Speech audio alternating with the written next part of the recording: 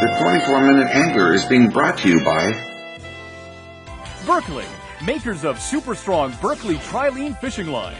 Santon flavored enhanced Berkeley power baits. Fish Cravo. Baker's Base. We make them in Napanee, Ontario. Fish eat them everywhere. And by Daiwa Reels, committed to quality that fishermen deserve. Love, exciting and new. Come aboard.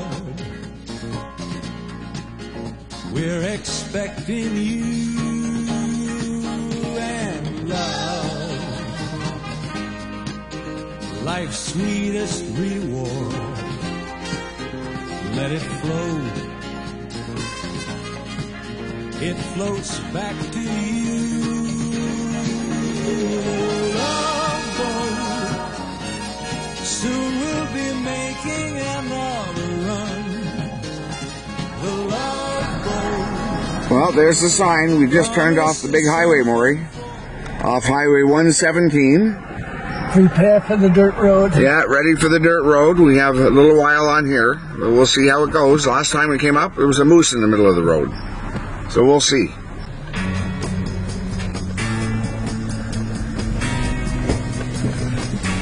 Nice bridge, eh, Moore? Beautiful. That's beautiful. What a nice river, though. The one thing about driving these roads is you never know what you're going to see. I mean, look at how minerally stained this water is, full of iron. Beautiful little river.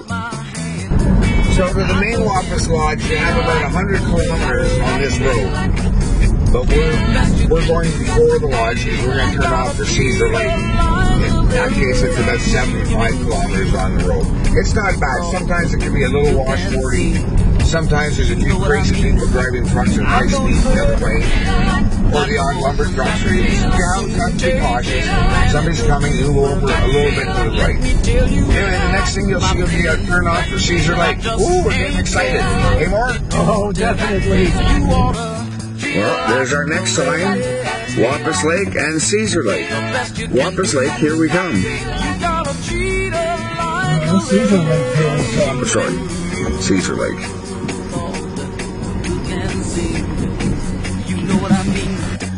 There it is, Moore. Our cabin. I don't see the stairs, though, do you? And I don't see the bathroom. I don't know. Well, there's a hole there. So if you go to the bathroom, it just... Well, yeah, like that. That's one of the bear hunting blinds. Probably use them in the fall, but if you ask anybody, there's no bear up here. Just turned off the final stretch. Just going to get down this hill, which you can do in a car. As long as you don't drive like my wife, you should be fine. We're heading down to the hill. Welcome to today's episode of the 24-Minute Angler. We're taking you to Ceizur Lake, which is owned and operated by Wapas Lodge in the province of Quebec. Probably about 150 miles north of Ottawa, roughly. This road is very short. Just up ahead, there's going to be a dip down, and then our cabin is there. There's the water, boy. You see it? Oh, and there's our cabin. Just like that. The only cabin on the lake, unless you do like we did last year, drive around the island, use your bearings, and see another cabin, which was our cabin, of course. We'll give you a good look inside before we get in there and make our mess. So welcome to today's show. We are after pike and walleye. Now let me show you how close we can park to our cabin. Here's our truck. There's Maury. And here's the stairs to our front door. Let's go inspect this beautifully designed cabin, freshly built about 2 years ago. Very simple, and it's all you need. Yeah. There's Maury's bedroom. Nice room, Maury. And here is Vince's bedroom. Here is the bathroom. That's where you can sit and ponder what you're about to do in here. There's the sink. Here's our shower. Here's your host. But no toilet. But we're going to go show you the outhouse right now. Right over here. It's nice and close. There it is, hiding right over there. There's the solar panels. Very environmentally friendly up here. And here's your view of the lake. And you're looking at half the lake right now, so it's not a big lake. We just head out there a little bit, turn right, and that's where we do our fishing. Now we have to unpack. That might take a while.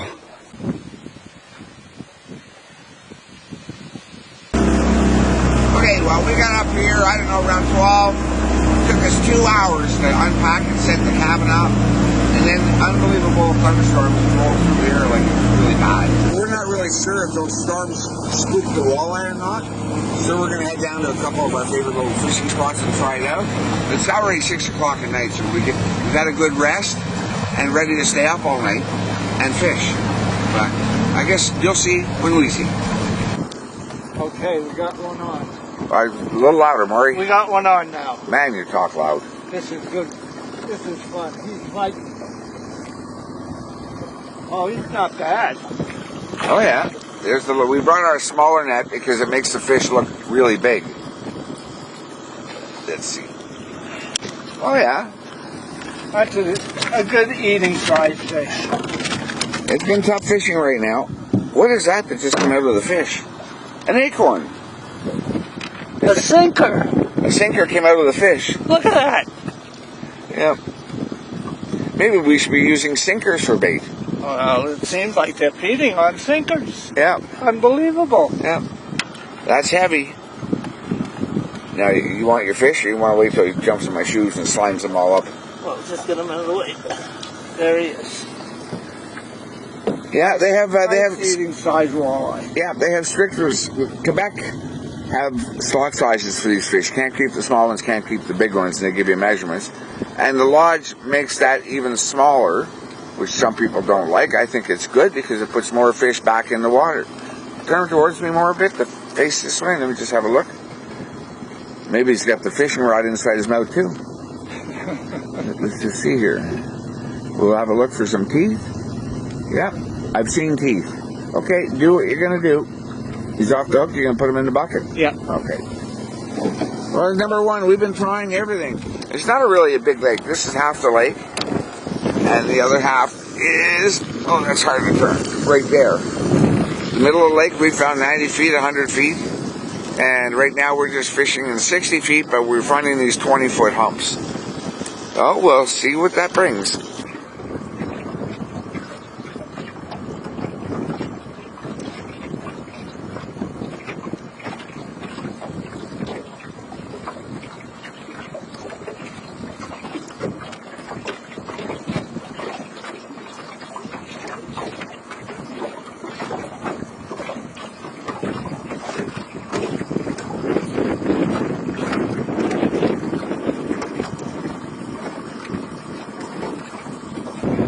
Well, the wind is still very persistent. It's hours later, and we've had nothing but a few bites. But then we just hooked one here floating along. I said, we'll just float, take a break. So I'm pretty sure it's a walleye.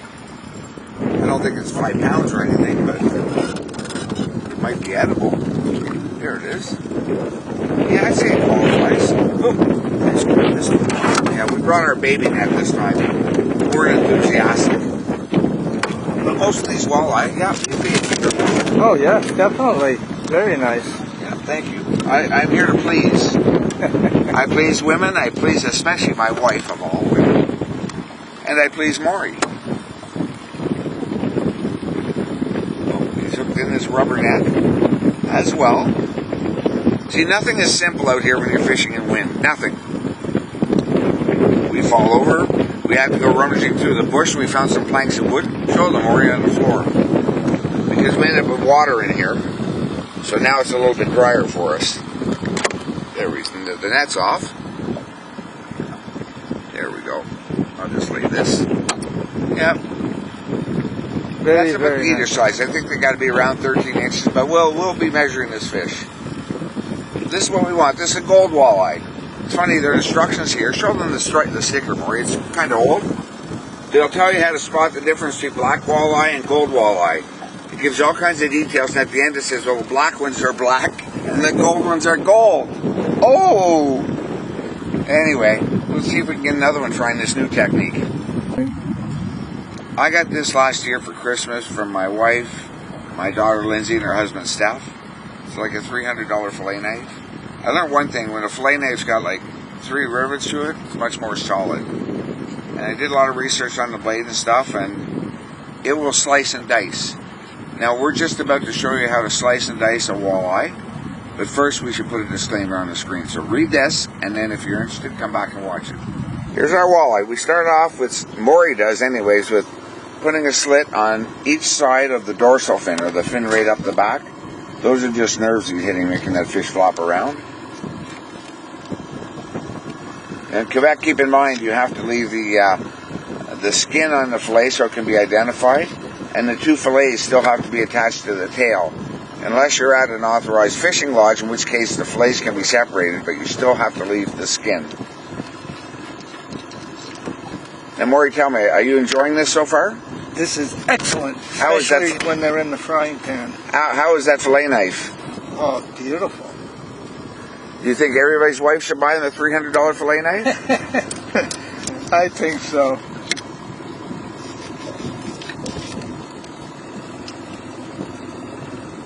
And then we'll start to work our way down the side of the fish, kind of curving a little bit around the bones. There may still be some bones in this fish, especially if Maury's cleaning it, because it's like peanut butter, but Maury likes his fish crunchy. There. See, Maury, you're cleaning a fish with my knife, and I can still toss an insult your way. Isn't that nice? Yeah.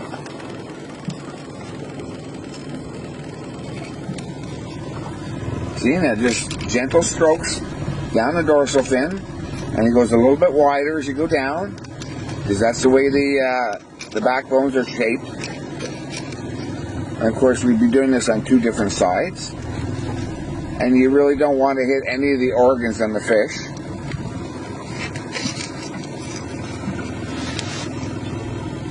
A little bit slippery. Yeah.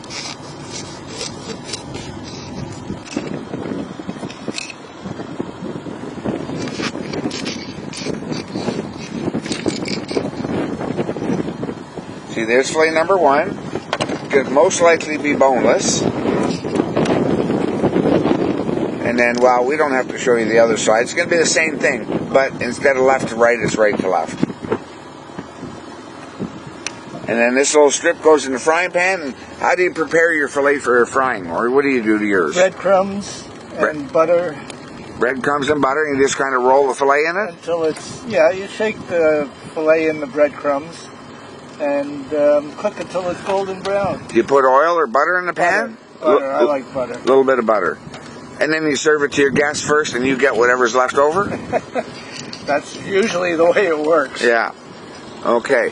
This is the piece of shoreline that we've been fishing. We've been at the mercy of the wind, so we've really had to drift from the left side all on the shoal down to here. Whereas last year, the wind was blowing from where we are now in towards that big boulder in there. Let's see if we can get a better look at that boulder. Yeah, there it is. And we did very, very well in the evening. So we're going to test it this evening. The wind is not in the right direction, but we'll see. Hey, I got it. How's this been? Oh, it's off. Oh. Hey, before I forget, here, look over here at me for a second. I want to ask people something. Now, remember cleaning my fish yesterday on my brand new fillet knife? Yes. Now, show me your left hand. Just a minute here. Just a second. I want to see what's that on your thumb. Let me have a look. It's just a Band-Aid. It's a Band-Aid. Now, why do you have a Band-Aid on your thumb? Because I poked myself with a knife, touched it, Yeah. and it cut it. That's how sharp that knife is. And you required first aid in the boat? Of course. Yeah, okay. Eating. This is our first night we can stay out and fish close to dark. And the sun just went behind the clouds. There's no wind. There's no wind, first time all day. Well, actually, since we've been here, day 1, man, horrific thunderstorms. So we're hoping we're going to get some more action. They're not very deep, eh? Nope. We're only in a couple feet of water here, 3-4 feet.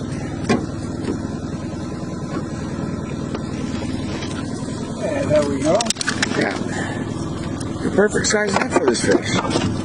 Perfect eating size. Yeah.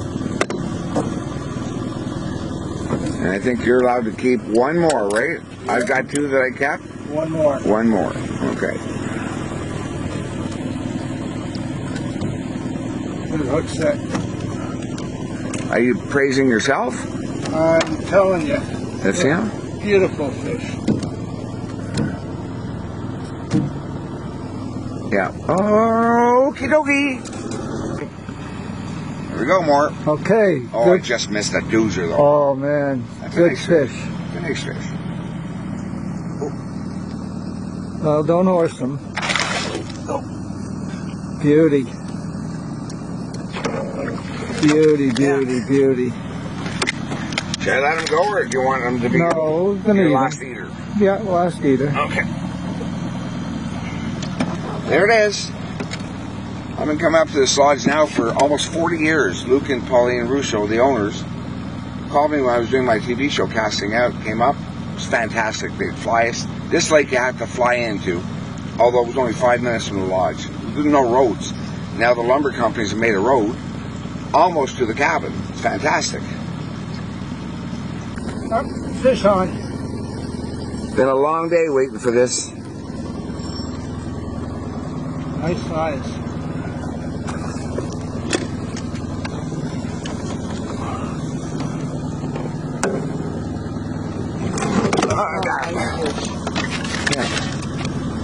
Yeah, we got actually pushed off the water earlier today. We came out about 6 this morning, and it was solid smoke from all the forest fires. We started packing, thought we'd have to leave. We waited it out a little bit, and finally the wind changed and it cleared up. So we're back out here tonight. It's 8 o'clock. We haven't been out here very long. These fish just got started. We have all our fish, so that one's going back in the water. As soon as I can catch him. Yeah, as soon as Maury can catch them. Check out the sun right behind the clouds out here. Beautiful.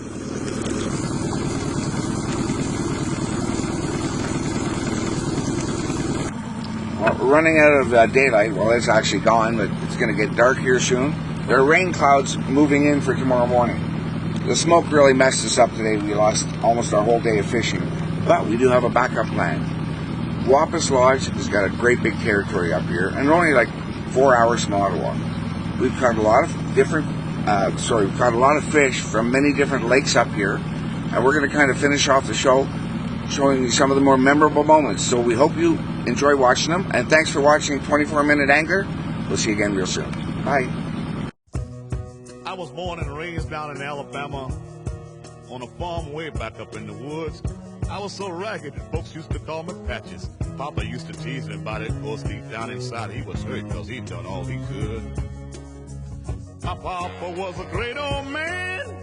I can see him with a shovel in his hand. See, education he never had. He did wonders when the times got bad. The little money from the crops he raised barely paid the bills we made. Oh, life had kicked him down to the ground. When he tried to get up, life would kick him back down. One day, Papa called me to his dying bed, put his hands on my shoulders, and in tears he said, Patches, I'm depending on your son to pull the family through.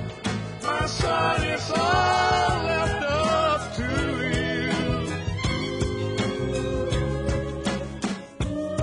you. 2 days later, Papa passed away, and I became a man that day. So I told Mama I was gonna quit school, but she said that was Daddy's strictest rule. So every morning before I went to school, I fed the chickens and I chopped wood too. Sometimes I felt that I couldn't go on. I wanted to leave, just run away from home. But I would remember what my daddy said, with tears in his eyes on his dying bed. He said, Patches, I'm depending on you, son. I tried to do my best. It's up to you to do the rest. Then one day a strong rain came and washed all the crops away. And at the age of 13, I thought I was carrying the weight of the whole world on my shoulders. And you know, Mama knew what I was going through, 'cause every day I had to work the fields, 'cause that's the only way we got our meals. See, I was the oldest of the family, and everybody else depended on me.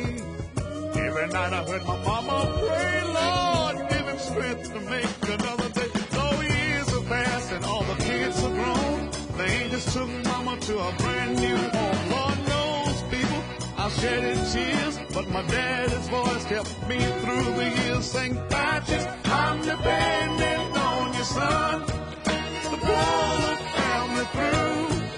My son, it's all left up to you. Oh, I can still hear Papa's voice say, Patches, I'm depending on your son. I've tried to do my best.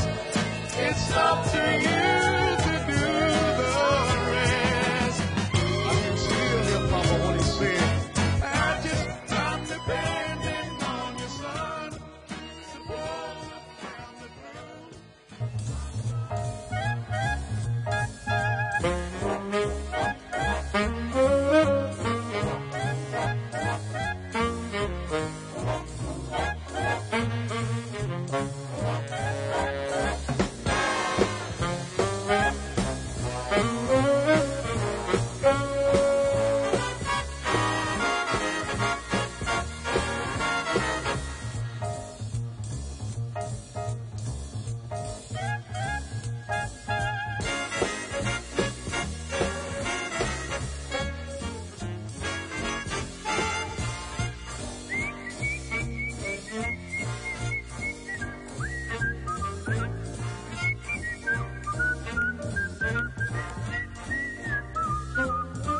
Hi there, Mac, what you say? Step aside, partner, it's my day. Bend an ear and listen to my version of a really solid Tennessee excursion. Pardon me, boy, is that the Chattanooga choo-choo? Yes, yes, track 29. Boy, you can give me a shot. Can you afford to board the Chattanooga choo-choo? I've got my fare and just a trifle to spare. You leave the Pennsylvania station about 3:45. Read a magazine and then you're in Baltimore. Dinner in the diner, nothing could be finer Than to have your ham and eggs in Carolina. When you hear the whistle blow and 8 to the bar, then you know that Tennessee is not very far. Shovel all the coal in, gotta keep 'em rolling. Woo woo, Chattanooga, there you are. There's gonna be a certain party at the station, Dressed in satin and lace. I used to call her funny face. And she's gonna cry until I tell her that I'll never roll. So Chattanooga choo-choo, won't you choo-choo me home? Chattanooga, Chattanooga, Get a bowl, Chattanooga, all aboard. Chattanooga, Chattanooga.